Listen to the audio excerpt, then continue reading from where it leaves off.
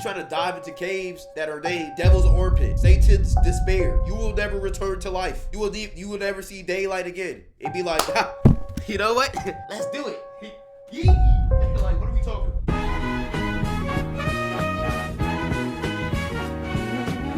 On TikTok recently is trashing on cave divers. Cave divers will see the smallest, teeniest crack, the tiniest, most minuscule crack, and go deep dive into it. Oh, just to try to fit their whole body in just to say they did it. Why do they do that? I don't understand it. You don't understand it, but we're finna understand it today. Right now, we got a video talking about the most painful cave deaths, just to prove that cave diving is not the play, it's not the move, because there's no way that I can just jump into this tiny crap. And let's learn why you don't cave dive. June 24th, 1967, and 10 cavers were about to enter Mossdale Cavern to help clear some of the deeper passages and map them out. The two leaders of the group had already explored this cave before, which reassured everyone else. This particular cavern was known for its tight spaces and the very few areas where a person could fully stand. After a few hours inside, 4 of the cavers realized how difficult the cave actually was and decided to return to the surface. Okay. They noticed a cloudy sky, but nothing seemed out of the ordinary. But why even try the cave? Why even go into the cave? Like, we trying to dive into caves that are named Devil's Armpit, Satan's Despair, you will never return to life. You will never see daylight again. It'd be like, ha, you know what? Let's do it. Yee. Like, what are we talking about? Why are we doing that? Did the cave ends up getting flooded? You're stuck. Your shoes to the sky. Now you look stupid. What are we talking about, bro? Don't even do it. Like, come on. The remaining cavers continued their descent until they reached the far marathon passage, which measured only 18 inches by 12 inches, with a small stream of water flowing along the bottom. I mean, you've been trying to fit into things you can't. What are you talking about, bro? Everything seemed to be going well, and the group on the surface soon noticed that it had started raining, so they took cover. Initially, the rain did not seem concerning, but the cavers inside began to notice rising water levels. When the water became alarmingly high, they decided to end the day's work and head back, even though they were still 3 hours from the entrance. Meanwhile, the surface group spotted something terrifying. A lake of water had formed around the cave's entrance. The cavers inside had no idea how much water was about to flood. Y'all called it. Y'all called it. Flood. The cave. The surface group ran to get help, while the cavers frantically tried to reach higher chambers. However, the water continued to rise, pressing toward their faces. Cooked, buddy. Rescuers and hundreds of volunteers worked tirelessly, pumping water out of the cave and pumping oxygen inside, hoping that the cavers had found a safe chamber. Unfortunately, every one of the cavers drowned. Oh, geez. That's a dark drawing. Shaft sinkhole tragedy.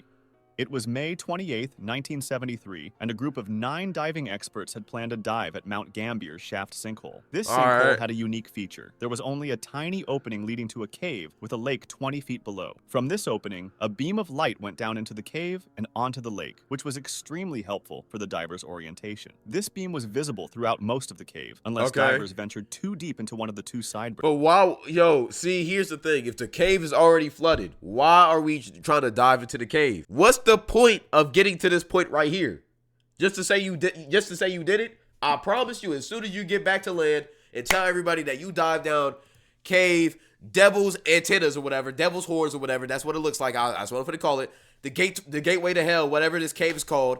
Nobody is finna care at all. You just did all of that. You risked your life for nothing, bro. Branches. Everyone initially agreed that they would stay within a 200-foot maximum depth range so they could remain in the main chamber and still see the guiding light. This was their only plan. On the second day, however, 4 divers planned to go to the western section of the cave, aiming for a depth of 250 feet, which would have been a new record. This was deeper than initially intended and posed a significant risk because, in 1973, divers were still using regular air cylinders rather than mixed gas tanks. For this reason, they had to be more cautious as they went downwards, because nitrogen narcosis might have settled in. As they went down, the increasing pressure would have pushed the nitrogen into the bloodstream, producing a state of consciousness that is similar to when people are drunk. Keep in mind, y'all got drunk in a cave. Oh, brother. That these divers were not very experienced in cave diving. They were more— So y'all aren't experienced in cave diving, yet y'all are diving into a cave that's already flooded. What are we talking about, bro? More accustomed to standard open water scuba diving. This added even more risk to their plan. They started going downwards into the western section of the cave, and one experienced diver noticed that nitrogen narcosis was kicking in, so he immediately went back out. Several of them— Smart, bro. Yo, smart? No, all y'all are dumb. I ain't gonna lie. Followed him and went back to the surface as well, but 4 of them kept going, determined to set the record and get. Y'all are stupid. Y'all are stupid. Y'all are stupid. The 3 who left before, you feel me, it got too bad, y'all are smart. Y'all are still dumb, but y'all kind of smart. Y'all are just stupid. I'm sorry. At a quick look before resurfacing. After a minute or so, the group at the surface Folks had became at least some brain concerned, cells, bro. realizing the 4 divers would soon exhaust their air supply. A few returned to the cave to find them, and they discovered a flashlight and a camera on the bottom, but no trace of the divers. Yeah, they got taken. Yo, guess they got taken by yo. Yeah, they packed up. There bro. was a problem that we haven't yet mentioned, silt. The movements of the 4 divers stirred up the long settled silt into a sand cloud that would take a lot of time to settle back. This reduced visibility to less than an arm's length, removing any hope for orientation for the underwater divers. Without being able to see anything, oxygen running dangerously low, and nitrogen narcosis kicking in, the 4 divers drowned. Jacob's well tragedy. That's just stupidity. Like, that's stupidity right there. It's literally stupidity. That's nothing but stupidity. Like, come on, bro.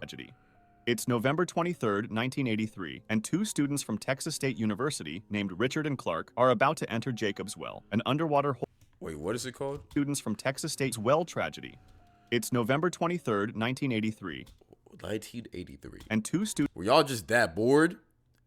Was y'all that bored back then that y'all just decided to do stuff like this? Students from Texas State University, named Richard and Clark, are about to enter Jacob's Well, an underwater hole that leads to an underwater cave. This hole seems relatively shallow, around 25 feet, and many people try to touch the bottom and then come up. However, this is just a deceiving appearance because it actually leads to another underwater cave with 3 chambers. Yeah, there's no need to get to these. I ain't gonna lie. Let it be deceived. First 2 are relatively open and easy to get through, but the third one has a really small squeeze to get into it. If you manage to squeeze through, you'll enter a room that is 10 feet tall, and you'll see a really small hole at the farthest edge, too small to pass through. This small tunnel was just 2 feet in diameter, and 2 years prior, 2 people died in it because after they managed to get through, a rock slide filled with gravel blocked them inside. Now, see, that's why you don't try to cave dive too much, bro.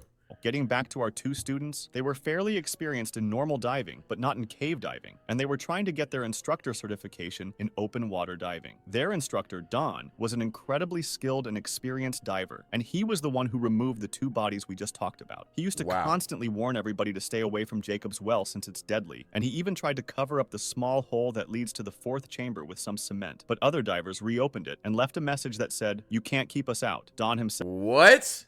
You can't keep us out. Yeah, all right, y'all just stupid. Y'all just stupid. Almost died. He literally tried to help y'all. Jacob's Well. When he tried to enter the 4th chamber, a gravel slide trapped him in the tunnel. He almost resigned himself to death. His tank was empty, and he had swallowed some water when his survival instinct kicked in, and he started rapidly moving until he cleared enough gravel to escape. When he did, he saw his diving colleague extending a regulator for him to breathe. As he started resurfacing, the air inside his body expanded until he reached almost 4 times his normal body size. By the time he broke the surface, he was screaming in pain. His belly was... Yeah, I heard about that. Like... When your like body starts expanding, like it's apparently like some of the worst pain ever. Huge because his stomach had completely ruptured. These stories caught the attention of Richard and Clark, who wanted to take a look for themselves, even though they didn't really know much about it. You just heard your instructor's stomach just got ruptured.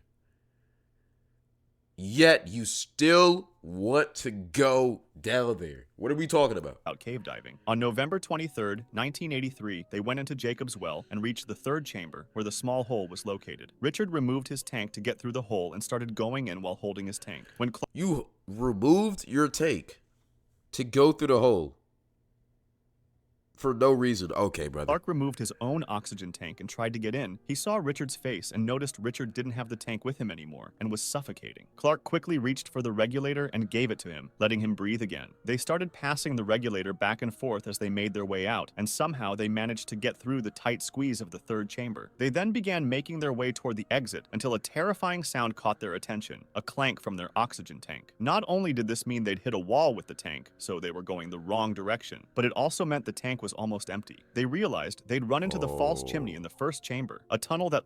Oh, they're so cooked. They're so fried. They're so fried. They're so fried. Looks like it leads to the surface, but is actually a dead end. Clark managed to swim back to the surface and gasped for air after covering an incredible 75 feet in a single breath. Unfortunately, the same can't be said for Richard, who remained behind and drowned. When Clark called the police for assistance, Don the instructor himself showed up and was stunned to see his students there. Gollum's Cave. Nah, I'm not finna lie, that lecture was crazy. I know that lecture was insane. It's August 18th, 2005, and a group of 5 friends decided to venture into the Gollum Cave, also Gollum's Cave. Gollum's Cave looks like this. You want to go down there? All right, Cave of Death because of how dangerous it was. They reached the entrance at 3 a.m., and one of the friends decided to wait for the others outside. They encountered their first problem when actually trying to get in, as they had to crawl through a small pool of water. After that, there was a fork going left and right, and they chose left.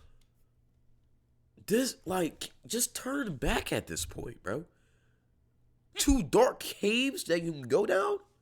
Brother, just go back. Which led them to... Why are they going at 3 a.m. too? Like, what are we talking about? To another small pool of water. This seemingly innocent pool, however, actually led to another section of the cave through an underwater tunnel. The tunnel itself was really small, just 3 to 4 feet in diameter, and to get through it, you had to be completely submerged. This meant only one person at a time could go in, and they had to swim about 15 feet. One by one, they started plunging into the pool of water to reach... Nigga.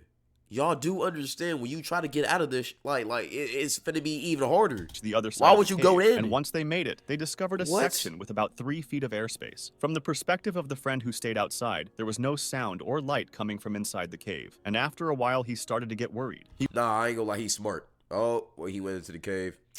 Never mind. He went into the cave himself, but heard no noises and saw no lights. Not sure what to do, he first called some friends who had experience with caving, and then called the police. He couldn't have imagined what was happening inside. The 4 friends who went in probably realized that the 3 feet of airspace they'd reached had bad air, which is a term cavers use for air that doesn't have the normal balance of gases, meaning there's more carbon dioxide and less oxygen. This reduces your ability to think, move, and breathe properly, making the return swim through that narrow tunnel super risky. They tried to get back out one at a time, but the first person who went underwater was unable to find the exit hole before running out of breath. That happened because...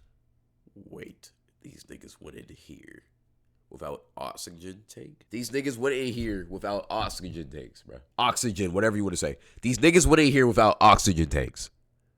They just freeballed this? Because the increased carbon dioxide you can't be that stupid, ability bro. To hold her breath and think clearly. After 30 to 60 seconds, the second person went in and found the first one, and so on, until all of them got stuck in the tunnel. The police arrived and... That's so stupid. That's like the stupidest thing ever. Imagine dying looking at your 3 other dead friends.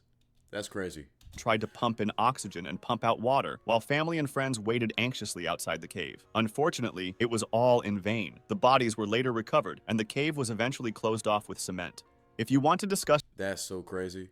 This video or suggest an idea for the next one, join my Discord. Link in the description. I'm not gonna lie. Make this your warning to never go cave diving. Ever. That's so crazy.